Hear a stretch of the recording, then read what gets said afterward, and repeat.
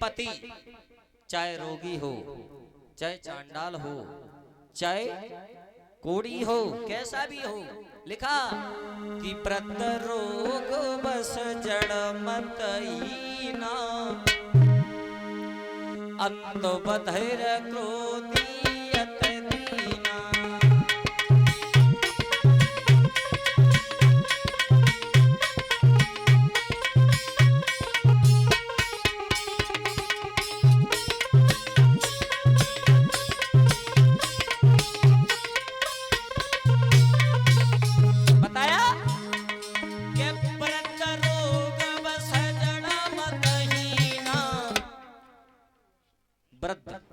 बूढ़ा, रोग बस रोगी, जड़ मत माने जिसका दिमाग खराब हो, मत हीना, मत हीन कहते बुद्धि तेरी खराब हो गई, क्या हीन हो गई बुद्धि, मत हीना, पागल हो।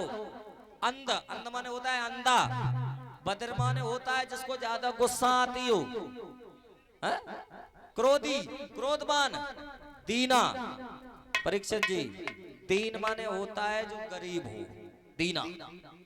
अंधा हो, बहरा हो, कोड़ी हो, कलंकी हो, कैसा भी हो, अंध बधिर क्रोधियत दीना। फिर भी अगर ऐसा पति पाकर के भी कोई पत्नी अपने पति का तिरस्कार करती है, अपमान करती है, उसको साथ में दुर्व्यवहार करती है, उसका अपमान करती है, पता क्या होता है दूसरे जन्म में? हम नहीं कह रहे, गोस्वामी तुलसीदास जी रामचरितमानस में लिख गए, अगर मेरी बात झूठी मानो देख लियो। क्या लिखा कि पति प्रतिकूल जहां जहां जाई, और विधवा होई पाए तरुणाई।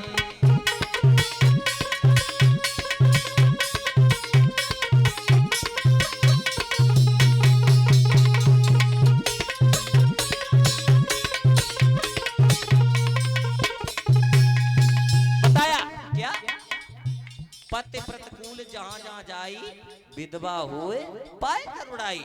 अगर कोड़ी, कलंकी, बधेर, गुस्से वाला, क्रोध वाला और गरीब अगर पति है, उसका साथ छोड़ करके स्त्री अगर उसका अपमान करती है, तो दूसरे जन्म में युवावस्था में, तरुणावस्था में विधवा हो जाती है। इतना बड़ा दंड मिलता है।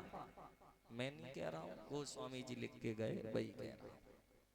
तो आज अस्थि और प्राप्ति ने जब देखा कि अब मेरा यहाँ कोई नहीं है, उसी समय मथुरा को छोड़ करके अस्थि और प्राप्ति आगे के लिए चले। कहां?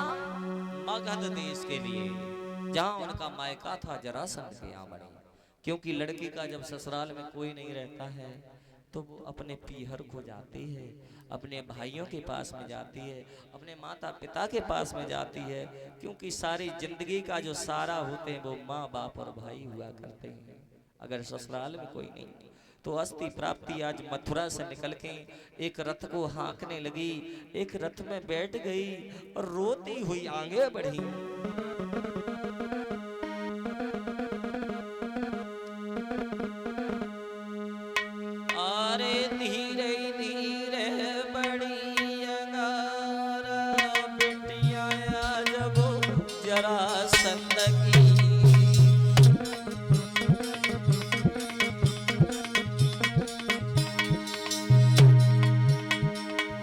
रथ पे फौरन वही सवारा, धीरे धीरे बढ़ के चलिए। रोए रही दोनों को सुख मारा, कंस राज अब नाई रही। अरे कौन दिशा को अमर में जाए, बिना पति के भैया कुंवारी।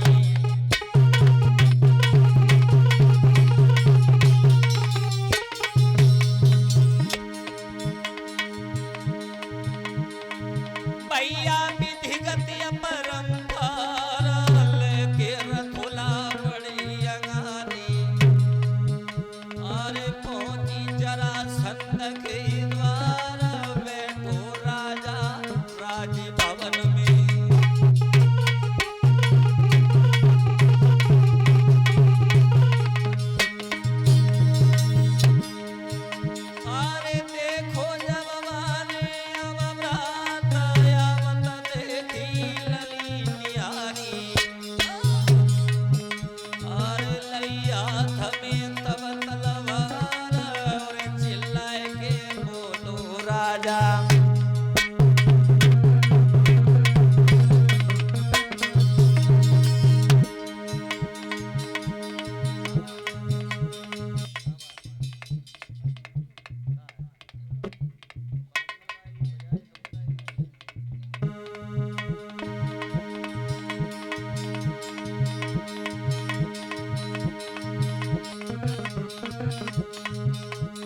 मेरे महाराज सीताराम राधे श्याम कोई रोए के बिटियां बोली रे।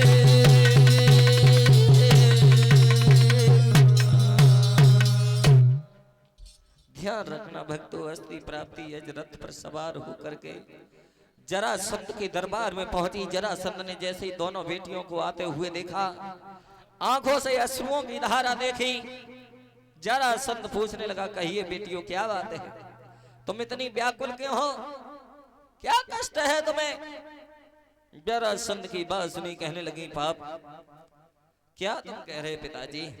हाँ, कैसे तुम मेरे बाप हो जो तुम्हें अभी ये तक पता नहीं है कि मेरे ऊपर क्या कष्ट है? तुम्हें नहीं मालूम पिताजी, मेरे ऊपर जो गाज गिरी है मैं ही जानती हूँ। क्या हो गया, क्या हो गया बेटियों? जवाब दिया, तुम्हें नहीं मालूम बाबुल, हमारे जो महाराज कंसराज हैं उनको वृंदावन के दो छोरों ने, जो कृष्ण और बलराम कहता है, उन्होंने आखिर के मार डाला। सारे मथुरा राज्य को छिड़ा लिया। जैसे सुना कि कृष्ण बलराम ने कंस को मार दिया, हाथ में तलवार खींच ली, खड़ा हो गया, कहने लगा, बेटियों इतनी ताकत किस बलवान में है जो हमारे कंस को मार दे? ऐसा नहीं हो सकता, और अगर किसी ने मारा होगा तो मेरी तलवार से वो नहीं बचेगा। उसी समय जरासंध को क्रोध आ गया। क्रोध में आकर के बोला,